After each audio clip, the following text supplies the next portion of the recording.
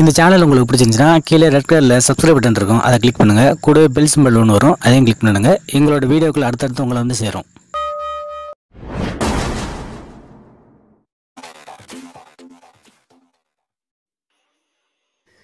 இன்றைக்கி எந்த டிவி திருப்பினாலும் ஒரே பணமாக தெரியுது. எந்த பக்கம் திரும்பினாலும் இந்த ஏழைகளோட வயிற்றுச்சல் பணமாக வாயில் வெளில வருது. எந்த பக்கம் திரும்பினாலும் அந்த டிவியில் காமிக்கிற அந்த பண மூட்டை சாக்கில் அள்ளி கட்டியிருக்கிறது, அந்த நோட்டு கசங்காமல் வந்து பார்சல் பண்ணியிருக்கிறது, இதான் ஞாபகம் வருது. ஒரு விஷயம் என்னென்னா, ஒரு சாதாரண பொதுமக்கள், ஒரு விவசாயி எடுத்துங்க, காலையில் எழுந்திரிச்சா அவனோட ஒரு நீரார் தண்ணியை குடிச்சுவிட்டு டீ குடிக்க காசு 10 ரூபா இல்லாமல் கூட நேராக வயக்காட்டுக்கு போயிட்டு இன்றைக்கி விவசாயம் பண்ணுறதுக்கு என்ன பண்ணுறது, நாளைக்கு விவசாயம் பண்ணுறதுக்கு என்ன விதைக்கிறதுக்கு யார்கிட்ட பணம் வாங்குறது, யார்கிட்ட கடன் வாங்கணும்னு தெரியாமல், அதாவது வங்கியில் கடன் வாங்குறது எல்லாமே பெரிய ஆளுக தான், பெரிய விவசாயி தான். ஒரு 4 ஏக்கர் 5 ஏக்கர் வச்சுருக்கவன் கந்து வட்டி தான் கடன் வாங்கணும்.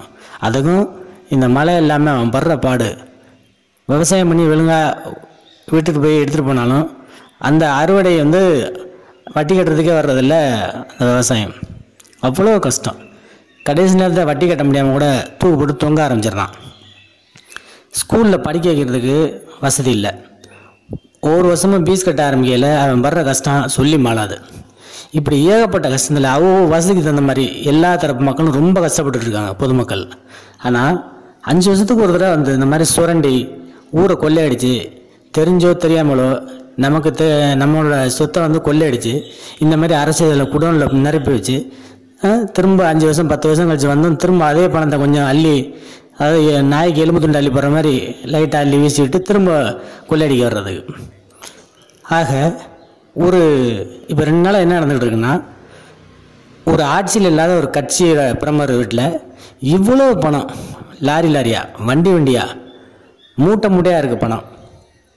8 வருஷம் ஆச்சு டிஎம்கே ஆட்சியை விட்டு போயிட்டு. அவங்க ஊரில் இவ்வளோ பணம் இருக்குது.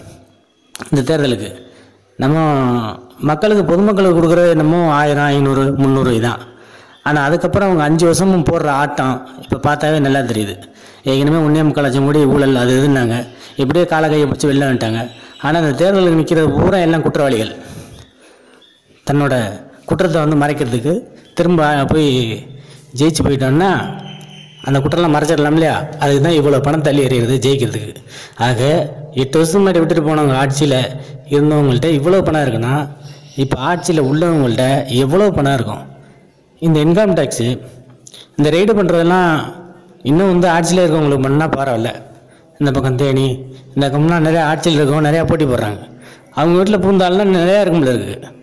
8 வருஷம் முன்னாடி ஆட்சியை விட்டு போனவங்கள்ட்ட இவ்வளோ பணம் இருக்குன்னா, இப்போ ஆண்டுகிட்டு இருக்கவங்கள்ட்ட ஆட்சியில் இருந்தால் இவ்வளோ பெரிய வரவு செலவு இவ்வளவு பணம் வரும் அப்படிங்கிறதுனால என்னவோ ஆட்சி போயிடாமல் இருக்கிறதுக்கு, இந்த எலெக்ஷன் நிற்கிறதுக்கு கடந்த காலத்தில் தன்னோட தலைமையை வந்து காரி துப்புனவங்க, ரொம்ப ஏளனம் பண்ணவங்க, பல தடைகளை பண்ணவங்கெல்லாம் மறந்துட்டு அவங்க வீட்டுக்கே போயிட்டு அவங்க காலில் வந்து மஞ்சள் தண்ணிலாம் ஊற்றி கழுவி பூ போட்டு கும்பிட்டு அவன் காரி துப்புனதெல்லாம் அப்படியே கழுவி அங்கேயே ஊற்றிட்டு கூட்டிட்டு ஒரு பல கோடி ரூபா கொடுத்து கூட்டிட்டு செய்துருக்காங்க.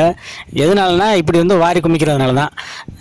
அதாவது ஒரு 8 வருஷத்துக்கு முன்னாடி ஆட்சியை விட்டு போனவங்க வீட்டில் தேர்தலுக்கு செலவு பண்ணுறதுக்கு இவ்வளோ வந்து மூட்ட முடியாத பணம் இருந்ததை பார்த்த விவசாயி பொதுமக்கள்லாம் வந்து என்ன நினைக்கிறாங்கன்னா, அப்போ ஆட்சியில் இப்போ இருக்கிறவங்க நிறையா பேர் தேர்தல் நிற்கிறாங்க, வந்து முன்னாள் குற்றவாளிகள் வீட்லேயே இவ்வளோ இருந்துச்சுன்னா இனிமேல் இவங்களும் நிறையா தப்பு பண்ணியிருக்காங்க, இனி வருங்கால குற்றவாளி தான் இவங்களுக்கு சீட்டு கொடுத்தாச்சு, ரைட்டு, அவங்க வந்து சொந்த பெரும்பான்மை ஜெயிச்சுக்கிட்டுமே அவங்கள்ட்டையும் பணம் நிறையா இருக்கும், ஆட்சியில் இருக்கிறவங்க நிர்வாகம் பண்ணுறவங்கள்ட்டையும் பணம் நிறையா இருக்கும். இந்த தேர்தலுக்கு அதையும் போய் சர்ச் பண்ணால் இந்த மாதிரி பாரபட்சம் பார்க்காம ரைடு பண்ணாவே எல்லார் வீட்லேயும் சரிசமமாக ரைடு பண்ணால் 5 வருஷத்துக்கு வந்து நம்ம தமிழ்நாட்டை ஜாம்னு முன்னேற்றிடலாம். மக்கள் இந்த பணத்தை வந்து இப்படி ரைடு மூலமாக கிடைக்கிற பணத்தை வச்சு மக்கள் திட்டங்களுக்கு யூஸ் பண்ணலாம். இந்த விவசாயி, அதாவது இந்தியாவோட அடிநாதமும் விவசாயம் தான், இதை காப்பாற்ற முடியும். அதனால் அரசியல் காப்புணர்ச்சியில் எதிர்கட்சியில் மட்டும் நோண்டிக்கிட்டே இருக்காமல் எல்லா இடத்துலையும் இப்போ வந்து இந்த மாதிரி வந்து அள்ள ஆரம்பித்தாவே விவசாயிகள் உள்பட குடிமக்கள் யாருமே கஷ்டப்பட மாட்டாங்க. அந்த அளவுக்கு பணம் இருக்கும் போல இருக்குது அப்படின்னு தான் பொதுமக்களோட ஆதங்கம். இந்த ரைடெல்லாம் பார்த்து, இந்த பணத்தெல்லாம் பார்த்துட்டு வயிற்றில் வந்து நெருப்பாக போகுது விவசாயிகள்லாம். வெயிலில் இவ்வளோ கஷ்டப்படுறான், நமக்கு 10 பைசா கிடைக்க மாட்டேங்குது, ஏதோ 5 வருஷத்துக்கு ஒரு 300-400 ரூபா கொடுத்துட்டு இவ்வளோ சுற்றுறதுக்கு மெனக்கடுறாங்களே. இப்போவே வந்து இந்த ஒவ்வொரு இடத்துல ரைடு பண்ணுற இடத்துல மொத்தமாக எல்லா இடத்துலையும் ரைடு பண்ணால் ஒரு அந்த பொதுமக்களை நல்லா பாதுகாக்கலாமே, அதுக்கு கவனம் செலுத்துவாங்களா அப்படிங்கிறது தான் பொதுமக்களோட எண்ணமும் கோரிக்கைகளும். இந்த சேனல் உங்களுக்கு பிடிச்சிருச்சுன்னா சப்ஸ்கிரைப் பண்ணுங்கள், லைக் பண்ணுங்கள், ஷேர் பண்ணுங்கள். உங்களோட கருத்துக்களை கீழே உள்ள கமெண்ட் பாக்ஸில் கமெண்ட் பண்ணுங்கள்.